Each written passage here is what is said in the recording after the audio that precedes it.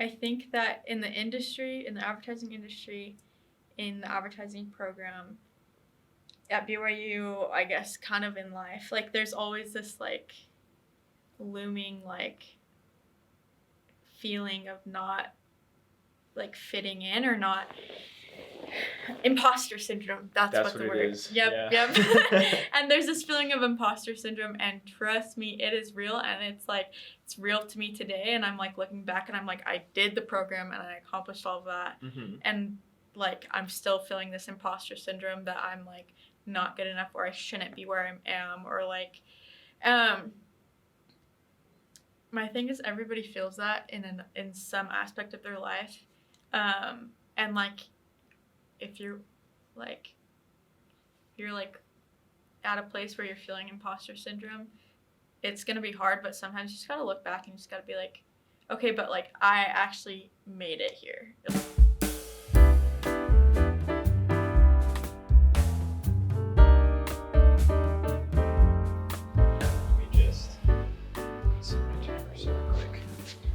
And all this equipment was like already here. Yeah, so this is just a video production studio that BYU provides. And it's like free for students, which is honestly awesome. So I used like some rooms for some projects, but it was like on the other side, so. Gotcha. Cool. Let me just start the timer super quick. We got a yellow theme going on with your. Do you like it? I like it. It's unique. Well, so I have like an orange. But my thing is green. Like that's my thing is green. So why the orange then? Because my green one broke. Gotcha. Yeah. But like literally everything I own is green. It's just like I'm surprised I'm not wearing green, actually. Branding yourself is just enjoyable. It's so fun. And you'll find that in the advertising program, everybody has specific like branding. Yeah. So like the other day, one of my friends, her name is Lauren, she's in San Francisco.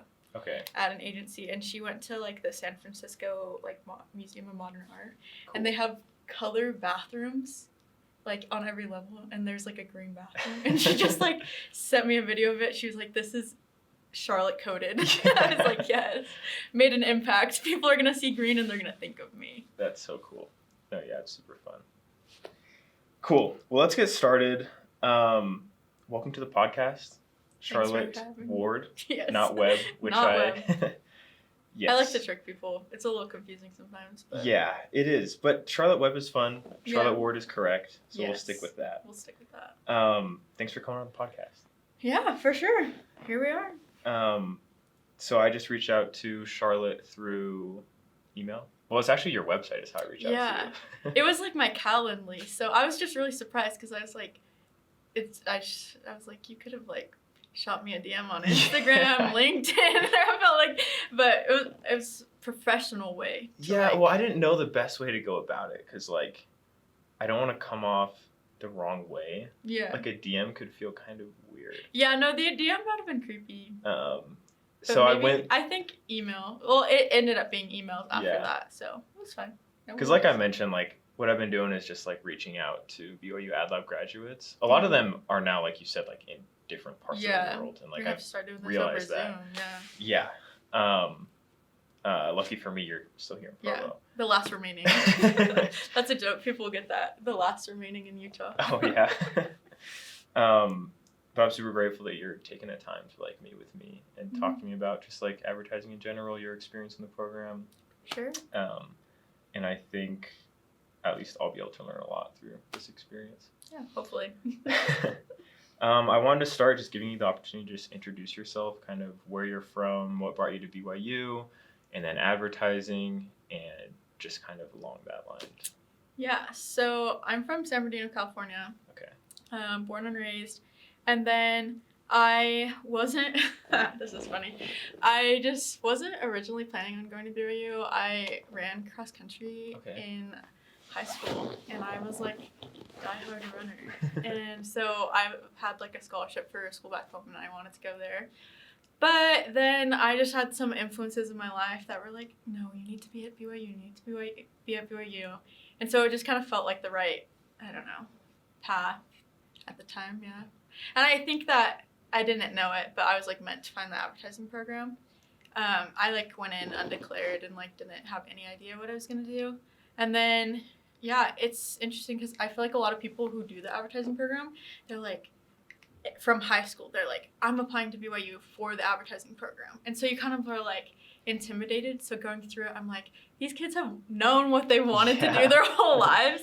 And I was sitting in the basement of the library one day, like halfway through my first semester of college, and I literally had the majors pulled up, and I was like, accounting, checked it out, not for me.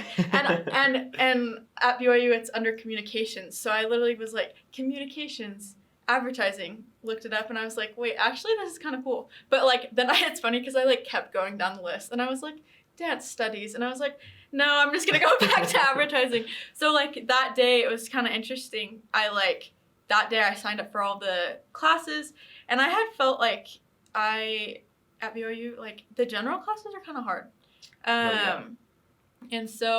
And like I was taking like, you know, like the hard classes that you take right when you start. So it's like American Heritage. Those civ classes really got me. Like I do not, like it sounds really bad, but I don't care about like that sort of thing. That's not what I connect with. Right. And so as soon as I like took the advertising intro class with Pat Doyle, I like knew that advertising was what I was meant to do, because I like connected with my professors, I connected with my peers so much.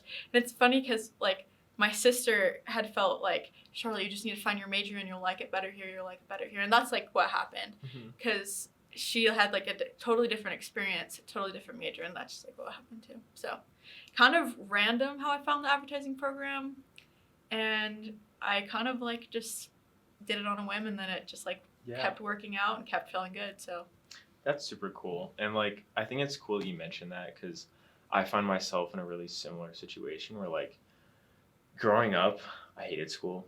Like I was a fine student, like my grades were good enough, like obviously good enough to get into Brigham Young University, but like it wasn't like I found genuine joy in like going to classes. And like I got to school after my mission like undeclared, just kind of taking classes to be here and like kind of figure life out. Just like going through the motions a little bit, And like that's fine. Like it was fine. Like I met cool people, I had great experience. Like I know it was where I needed to be. But like it wasn't until what happened is I just started meeting with people. I met with people on campus, like advisors, and I was like, I don't know what I'm doing. Like, where do I go? See, that probably would have been smarter, but no, just me and my little brain out here and divine intervention. But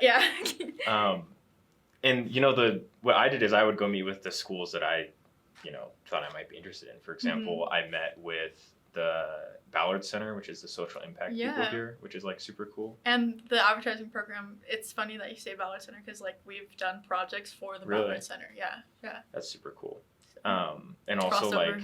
Like but also you were narrowing it down. You were getting there. No, I was meeting with the right people, and it wasn't until I met with actually the design advertiser or advisement people, and I was like, I think this is what I want to do. I don't know. And they're like, you sound like a great fit for the advertising program.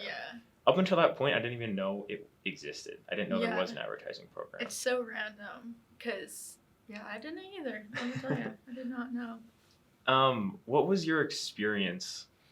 Because you mentioned before that like it was a little bit daunting, you know, applying and getting into the advertising program, being in the advertising program, not having known your whole life that you wanted to be in that. Can you talk to me a little bit about what your experience was with that compared to kids that like did? Okay. So it's just kind of interesting because graduating and like knowing all this, like looking back at it, I'm like, nobody knew what they were doing. Right. But I feel like people present their best selves, you know, in any setting. So to me, I'm like seeing my peers like on set, like doing things, and I'm like, I literally I like walked in and I like never knew what I was doing, and I always just had to like learn and adapt. And I think it was good because I learned a ton, and also people are nice, like they're not going to be like rude to you about it, but it did kind of feel at points in time like, oh my gosh, like I'm so behind. But I think that like that's just life. I don't know, that's what I come to know. Like everybody feels behind. Like everybody feels like, oh my gosh, but like people my age are doing this, or people my age are doing this, and like, so I think like at times I really struggled with it because like there had been people who had been like using the Adobe Suite for 6 years. They took design classes in high school, and I was just getting to know it. And anytime that I needed to do something, I remember like this big pivotal point where I was like, I need to make, it was on Photoshop. I was like, I need to make this tombstone look like it's engraved. Like I can't just put the font on it. I need to make it look like it's engraved. And then I had to like go in and like YouTube Skillshare, best friends, they'll be your best friends, but YouTube Skillshare, and I like figured it out, and then it like clicked for me that like this is probably what everybody has to do for different skills, you know, like there's probably things that other people like that I know that other people would have to look up to. So oh yeah, for sure. Yeah. What is Skillshare? It's like a YouTube specific to like learning things. So like for a while I did the free membership for it, and then I think I canceled it. Typical college student. But it's like they'll teach you like you could take a course on the Adobe Suite, on Photoshop, on Illustrator, which was super helpful. But honestly, YouTube University, super easy. Yeah. I know that like in years past they had like a couple kids that like went in on a Skillshare. So like I thought about doing that for a while, but then like literally the program just like moves, and it's going so fast that you're just like kind of trying to keep up. So I was like, there's not really time for me to like sit down and do Skillshare right now. No, yeah, but, for sure. Yeah. That's cool. Yeah, I feel like for me, a lot of my learning has come from YouTube. It's just like you want to do something, so you just Google it and then follow the process. 2023, and that's so valid of you. That is so valid of you. I appreciate it. I wanted to super quick. So you provided me with a lot of information, kind of just with your experience, and I want to just read the bio if that's okay. Yeah, for sure. Cool. So it says Charlotte Ward is a recent graduate of the BYU advertising program where she excelled from 2021 to 2023. Her student work has been recognized with several prestigious awards, including a 2023 Gold Telly Award and multiple honors such as Silver ADC Cubes and Young Ones Merits. She's also been acknowledged in the industry with the 2023 D&AD Yellow Pencil for her work with IMAX. Charlotte's professional journey includes contributing to projects for the Utah Jazz, Amazon, and The Chosen. Notably, her photography while working at Chick-fil-A has made it to the corporate account, showcasing her diverse talents. Outside of advertising, Charlotte finds joy and relief through her pottery on the wheel, a hobby that has added a creative dimension to her life. Charlotte Ward is a rising star in the advertising world, known for exceptional creativity and impressive track record of achievements. So obviously, there's a lot of questions that I have for you, and like I think it's awesome. Like, just reading that, like you seem awesome. Something, at least for me personally, that I'm hoping to get out of like this conversation is a greater understanding for how the advertising program and the AdLab works. Okay. Could you start by just explaining what the AdLab is? Yeah, so the AdLab, BYU AdLab, I don't know if I still have it in my bio, but like it's the typical thing. Everybody puts BYU AdLab in their bio. It's like a student-run advertising agency adjacent to the BYU advertising program. Okay. So when you're taking advertising classes at BYU, you're a part of the BYU AdLab, but it's technically like a separate entity in some extent. There's funding for the BYU advertising program, and there's funding for BYU AdLab. And so how it kind of works is companies, like a lot of smaller Utah companies, the church, Amazon, The Chosen, that's like how I ended up working with Amazon and The Chosen. They come to BYU and they understand that like we're studying advertising, and they just like use us as creative think tanks, and like sometimes we end up seeing the projects all the way through. Sometimes we just like give them all the ideas and then they make something out of it, which is like the worst part, because you're like, I want to see the idea to the end, I want to see what the final product is, and sometimes we never see it. And I even like I can't talk about what like I did with them because of like NDAs. It's just like, so it's kind of interesting because like until the stuff is released, I like can't say. But then also like who knows if it will ever be released. Like I'm not looking at Amazon like this idea that I had that they liked, like I'm not looking Right. it up, but yeah, so that happens. And then like also BYU will like come to the advertising program like, hey, can like during COVID, they did a campaign that was just like how BYU was gonna practice like safety and stuff, and they like went to the advertising program and was like, hey, like we need to roll this out on campus. How do you guys think we should do that? I'm talking with my hands a lot. No worries, Okay. go for it. But yeah, so you take these classes and then you can like participate in BYU AdLab as well. Cool. Any questions about that? Well, yeah, initially, I think it's interesting you mentioned COVID. It didn't even occur to me that you were going to BYU during COVID. Yeah. I like applied during COVID. Okay. So my To BYU or to the program? To the program. Okay. So you take your entrance or like the intro class, the 230. Halfway through my 230 semester is when COVID hit and we went remote. Mm-hmm. So like you've already taken that class, right? 230, yeah. Yes. So when I did like my presentation on sriracha, it's That's crazy. Sriracha sauce. It was over Zoom, so yeah, it was kind of interesting. But then it was like an interesting shift into like there was like a remote semester. But thank goodness I wasn't like taking like I feel like it would have been hard to take some of the like core classes remote. But yeah, it was like an interesting transition back in. So you were able to take all of the advertising classes once you were in the program in person? Yeah. Okay. I believe so. Either in person or hybrid, but Gotcha. I think most of them were in person. Yeah. Cool. Yeah, because I wonder, that sounds difficult. Like, yeah. For those that want to position. I mean, I don't know. I'm kind of discovering that I might have ADHD or something, but like I just can't focus on online classes. And like honestly, like that semester, if I would have taken any advertising classes, like the completely remote semester we had, like I would have like not liked the advertising program. I would have been like, this is stupid, just because I hated online classes. So no, that's fair. So what is the process? Say, for example, the Chosen Amazon, they come to the BYU AdLab. They're like, hey, we need to bounce some ideas off you, or we want to work with some of your students, whatever it is. Mm-hmm. How is it that you are then linked up with them? Yeah, so typically the structure of the program has like changed a lot over the years. Like they've done a couple different things. Like they had like in my year it was a creative track, which was art directors, copywriters, and then they had a production track, which was people who are doing directing, DPing, producing, mm-hmm. and then they also had producers aren't really I don't know. That's a whole other thing. Producers in the AdLab like are kind of like self-taught because there's nobody that's like teaching somebody how to be a producer, and like but it also makes them like super good producers because they know what they want to do and they're just like doing it and people are letting them do it. And then we had the design track, so we had 3, and the structure changes from year to year, but so I think the year after it's just like separate classes and like mm-hmm. there's 3 different creative classes and they have all of those entities in one.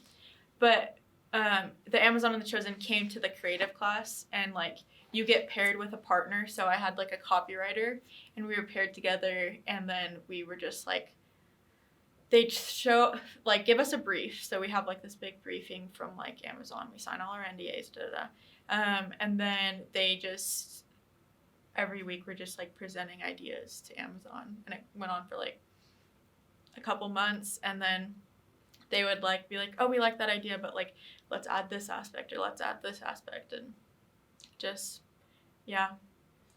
that's pretty much it. So essentially, like one of the higher ups in the AdLab, they'll meet with these companies. Yeah, Jeff Sheets, his name. Is his name? Okay. Yeah, he does a lot of that. So, I mean, sometimes, but Pat Doyle also runs the AdLab. So, gotcha. Jeff Sheets is typically the class in which that happens. Because he's quite good at like the networking and like mm-hmm. getting that stuff taken care of. So they'll go to Jeff Sheets, and Jeff Sheets will be like, you need an art director for this. Charlotte is a great fit for what you're looking for. Well, it's like the whole class. So it's kind of like an interesting thing because you're like competing against your class. And like in the end, like it's funny because in the end, like I feel like on one of those projects, like my final idea was like, because also they're like really interesting at the end. So who knows what will ever happen to this, because they're really interesting and they're like, oh, like these are the top 5 ideas we liked. Good job, guys. Cool. Fist pump. And I think one of them, like one of my ideas, like they were like not liking it, and then all of a sudden they came back to us and they were like, and also Sid and Charlotte, I was partners up. My partner was Sydney at the time. They're like, we took your idea and they loved it. And we're like, you didn't even tell us you were presenting ideas. Because like we have like a liaison, I guess, between like the head people. So, but you're like kind of in a way, it's like not competing, but it is, because like they give the idea to the whole class. So there's like 15 partnerships. Gotcha. And then as you like present, then they like pick the ones that they like. So each partnership will present like 5 ideas and they'll be like, okay, like, you need to ideate more, you need to like, we have like this idea. And so it kind of is like a weeding out process. So Gotcha. I'll just keep going. So like on your website, for example, you have projects with Little Trees and IMAX, among others. Are those companies that liked your ideas? Okay, so that's like, is somebody knocking? I think someone's doing construction. Construction. Sorry. Okay, I'm like, are they like giving us a time limit out here? So it's kind of interesting. So for IMAX, okay, I'll start with Little Trees. Cool. Little Trees started out as a class assignment in which like, and you'll get assignments like in class, you'll be like, make 3 print ads for a company. And you just like make 3 print ads and then the whole class looks at them and they're like, oh, this is good, that's good. Like, critique aspects, there's a lot of feedback, and it's like not a negative thing, which I really like. And I feel like it's taught me a lot as a person of how to get feedback and like be appreciative of it rather than like, that person's judging me. But with Little Trees, it was started out as like a class assignment, like we had to make a commercial. And it evolved in like different ways, like because what my end product was like social media for Little Trees and just like turning Little Trees into this like, Little Trees are the car scents, I don't know. But because like everybody knows Little Trees car scents, they're so iconic, but like there's no advertising for them and they don't have like a brand name. I don't even think they have a social media. So like the mock-ups on my website were like for their social media, but that one was just considered like solely student work. So what's nice about being a student is like you can like do stuff for a brand and they're not going to be like, oh my gosh, you're like infringing. And you could like use music, utilize it while you can. Because now that I'm not not a student, I'm like, dang, like if I was to make a video and like make an advertisement, I would have to like, you have to like credit the rights of the song and stuff. But for all student work, it's like, I'm a student, I can just use it, which is really nice. That's cool. So that was just a student project to like show that I could take a brand and create a background and create an image for them. But then IMAX was different. So like advertising students across the world have these like student briefs. It's like a competition. Gotcha. So IMAX was like a brief. So they release, a bunch of companies go to like D&AD and they're like, okay, here's what a problem that we need to solve. Somebody like once told me when I was first entering the advertising program, like, you're just creative problem solvers. And then you're like, whatever, I'm making ads. But it's like, that's what we're doing. So they'll come with a problem and they'll give this like brief to D&AD and D&AD like sets it up and D&AD has like built this rapport. So it's like a famous advertising competition. And so that one, they wanted an intro to like the movie theater. Gotcha. And so that's like what we did, and we just made that. That's awesome. So what is D&AD? Oh gosh, do you know what it stands for? If not, it's fine. I mean, nothing a quick because obviously search. Like you guys talk about these things in the advertising world so much, and like me being like entering, like there's terms that like I pick and I'm like, what does that mean? Let's see, D&AD. Okay, I think it's design and advertising, like D&AD.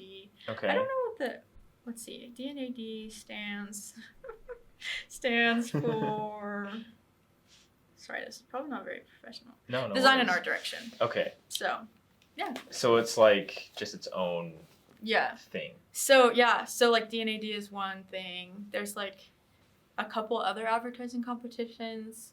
I didn't enter them all. You don't have to enter them all. It's on like your own accord. Gotcha. Based upon like your workload. Who you want to work with. So.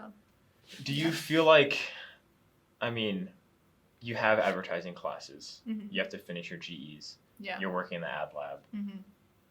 What did like a day-to-day look like as a student in the program in the AdLab? Was it overwhelming? Do you feel like it was manageable? Well, we're here today, so so it was manageable. And the thing is, you're your own dictator of your schedule in the AdLab in regards to like how busy you want to be. So how many projects you want to be a part of. There's like a big group chat with everybody in the AdLab, and on like Slack. I don't know if you know what Slack is. Yeah, for sure. People will like text out in Slack and they'll be like, "Hey, I am looking for an art director. Who wants to hop on this project?" Or, "Hey, I have this idea," or, "Hey, I want to do something for this brand." And so there's like constant like, constant like, "Oh, I could jump in this project. I could jump in this project. Oh, you need help on set. Let me go help you on set. Oh, you need like some of the first things I did on participating, I guess, in the AdLab was like just helping on set, like Gotcha. For like a grade above me, just helping like set up like a little girl bedroom and like stuff like that. Cause like we don't like for projects until you're like junior, senior year, you don't really get funding for them. So Gotcha. like end of junior year, you can get grants, and like one of my projects was like funded by a grant, but otherwise like actually a couple of my projects are funded by grants, but like only one of them I guess I applied for. So everybody can apply and get a grant, and which is really nice because stuff is expensive, and like set design, a lot of times art directors will do the set design, and like sometimes you need random things. Like I've done sets where I need old-fashioned TVs and like stuff like that, where it's like those are gonna cost money. So sorry, back to the point. What were you asking? What was the original question? That's a good question. Sorry, my brain. No worries. I actually don't remember the original question. Okay. But we can just keep it moving. Hey guys.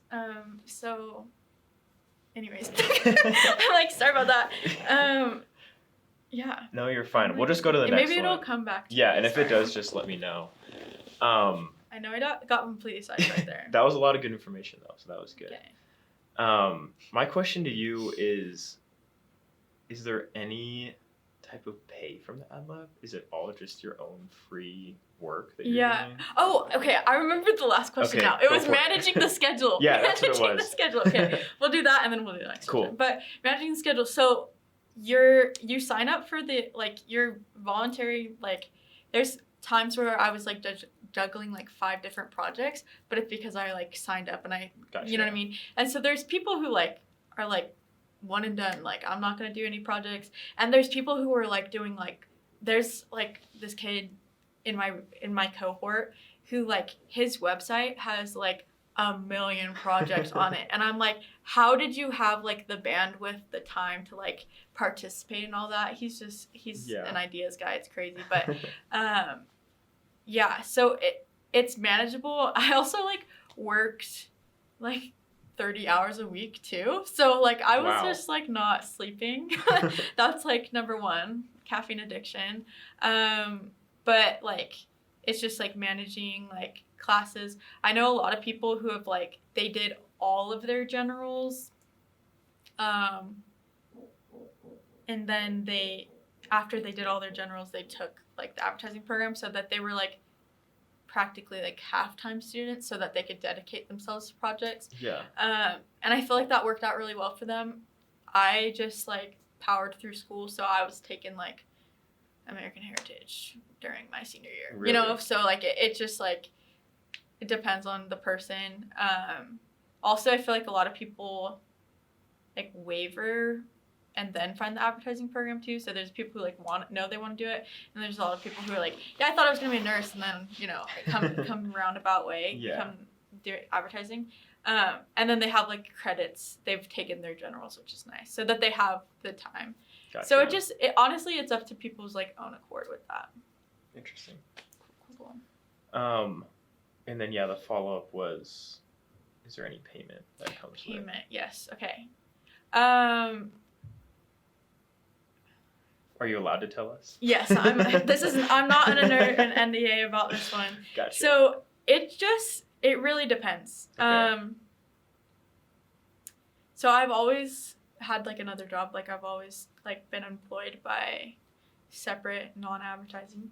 Gotcha. And I have gotten paid for projects. Paid for a project.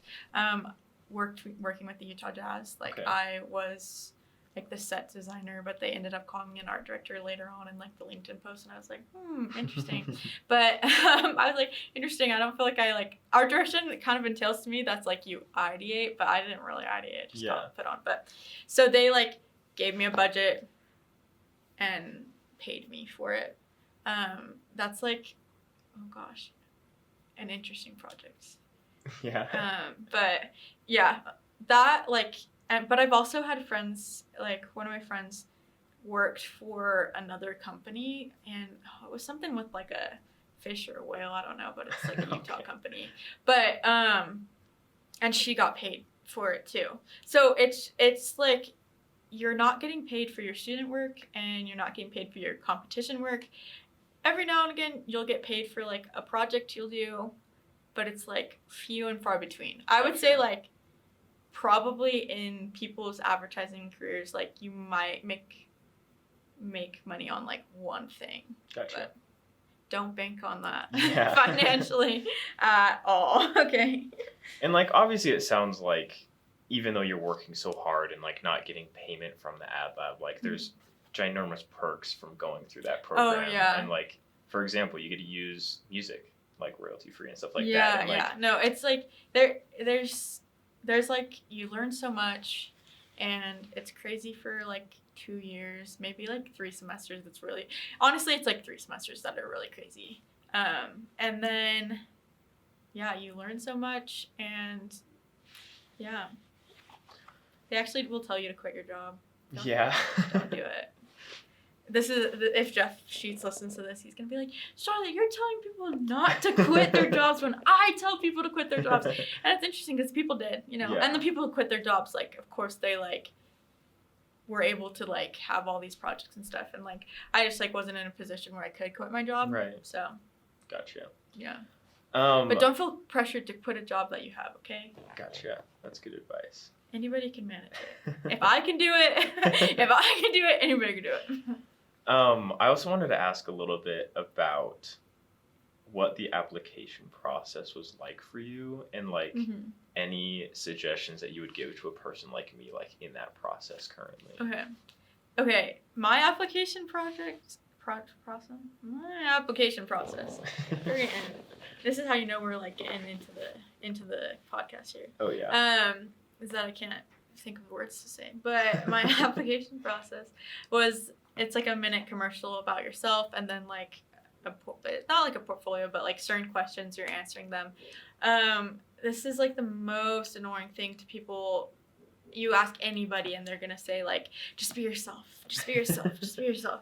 And it's like so frustrating to me because I was like going through this process and I was like, what, like, yeah, I'm gonna be myself. Is there any other thing to be, like, is there any other like way to go about this? But it was just be yourself and like show that you can. It's an ad for yourself.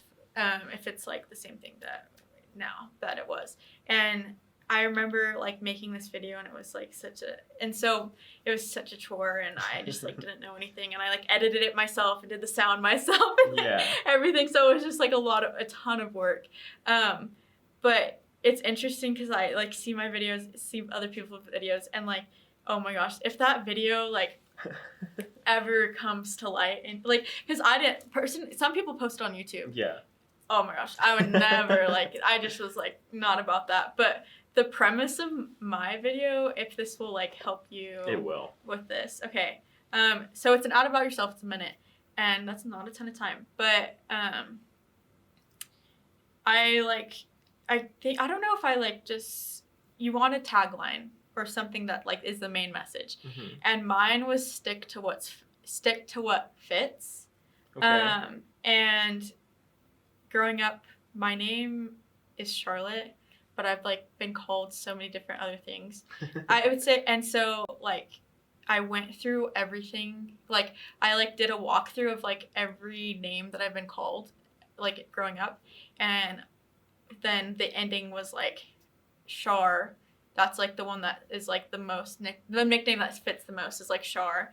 And so it was like Char, stick to what fits. So it was funny. I like had like dressed up like a boy for one of them because like when I was in middle school, like they wanted me, some guys wanted me on their like 4x1 team for a track meet, and they were like, it's okay, her name is Charles, you know. And so it's just like I went through all my nicknames and I like had this tagline, but it was like, and it seems really pointless, but it just showed that I can like create a story that captivates people.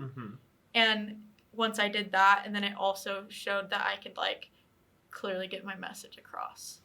So if you want other examples of people's videos, let me know. I've seen a couple which were like super fun, but yeah. No, yeah, for sure. I mean, that's obviously been like I've been thinking about it a lot. Like, how can I show my best self, and what is my best self? It's caused a lot of like self-introspection. Like, who am I? Like, how do I best present the best things about me to this program? Yeah, but in also, an effective way. My thing would say, I would like, my advice that I'd give you specifically is like, don't take it too seriously. Yeah. Because like, you'll watch people's videos that like they loved, and they're like the silliest little videos, but it just like it shows that they can like think creatively. Yeah. And I think that like present your best self, of course. Always present your best self. Well, try to. Sometimes you're fronting, and I understand that too. Yeah. But don't think too hard about it. Just have some fun. Yeah. Have fun. Be good. For sure.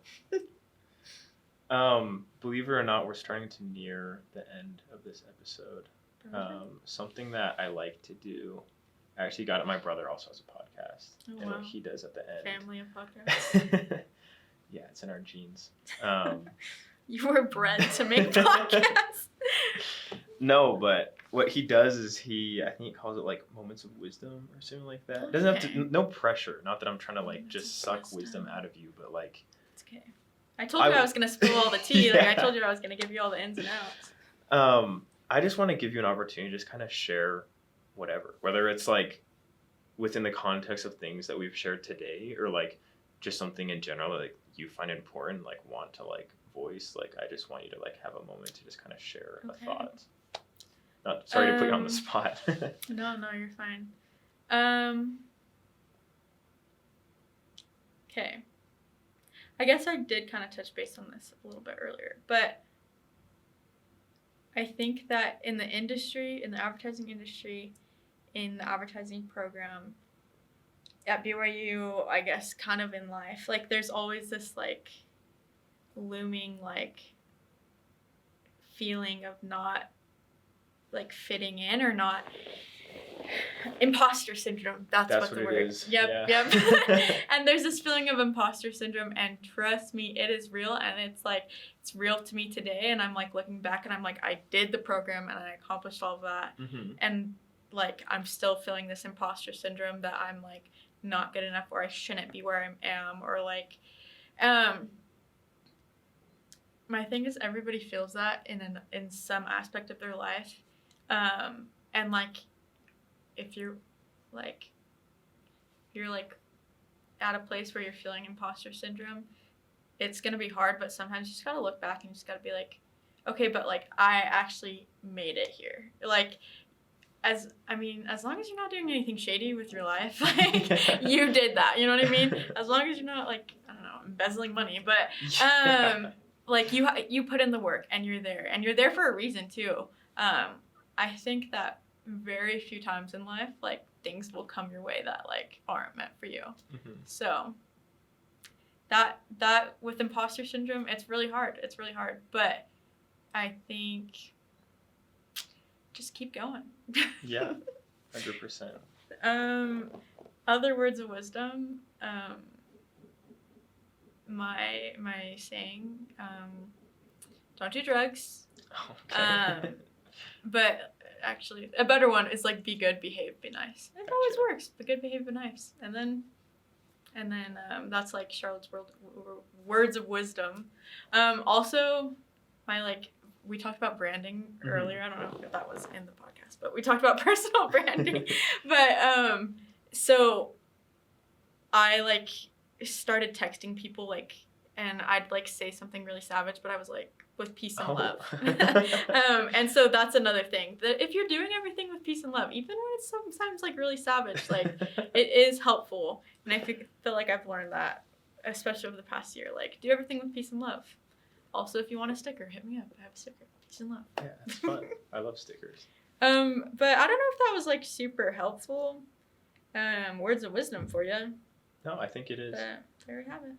I completely agree. Just one super quick follow-up question. Mm-hmm. You mentioned it before and just now, and so I took like a pre-graphic design class last semester, and I took advertising also, and now I'm taking a design principles class, and that's definitely been something that's been difficult, is first of all imposter syndrome, but also receiving criticism in a healthy way. Yeah. What have you done to do that? Yeah. What's interesting is I also feel like this goes so deep. This question could go really deep, but I'll try and keep it brief. But it goes back to your upbringing and your roots too, because in my household growing up, criticism wasn't necessarily an open topic, and giving feedback was kind of hard, and I feel like I learned that through college. And I also worked a job throughout college that feedback was open feedback was a big thing. I think that it comes to comparison to others. If somebody's giving you an idea and being that design you made, I like it, but I don't like this aspect, or let's add this to it. When somebody's giving criticism, I'm not going to give criticism or critique. I would say criticism is more negative, but I'm not going to critique or give a suggestion to you if I don't care, Yeah, so it comes from a place of care, and especially from professors, because sometimes it's hard. I took a design class, and it was very hard because there was one class, it was the first assignment or second assignment, and I just completely missed the ball. I completely missed the ball. I just made this crappy design. He was you have to have 4 colors and you have to have different images, and I just threw it all in there, and I got wrecked in this class. I got so much criticism, and they were just and then I realized it took a moment of reflection and be they just want me to improve. That's people just want you to be better and improve, and they want the best for you, and people who are going to be giving feedback care about you, and I think you just have to acknowledge that. But sometimes they are hard, but also sometimes you have to separate. The person could be a good person and could be saying things that you don't necessarily want to hear when you've spent 30 hours on this design. Yeah. But if somebody's giving you criticism or critique, I would say, it's because they care, 100%. Cool. Okay. Well, yeah, thank you so much for your time today. Congratulations on graduating from the ad program. For sure. I wish you the best of luck in the rest of your life the endeavors. rest of my life endeavors. Thanks. Yeah. On set, it's always a big deal, and they're and that's a wrap. Yeah. And that's a wrap, and then you but well, not really. And then anyways, we've done that in the past where everybody will be and that's a wrap, and we all say it at once. It's very cute. It's very cute. Really There's fun. a lot of camaraderie. Yeah. Is that what you're wanting to do today? And that's a wrap. Yeah, we could say it. 1, 2, 3. And that's a wrap.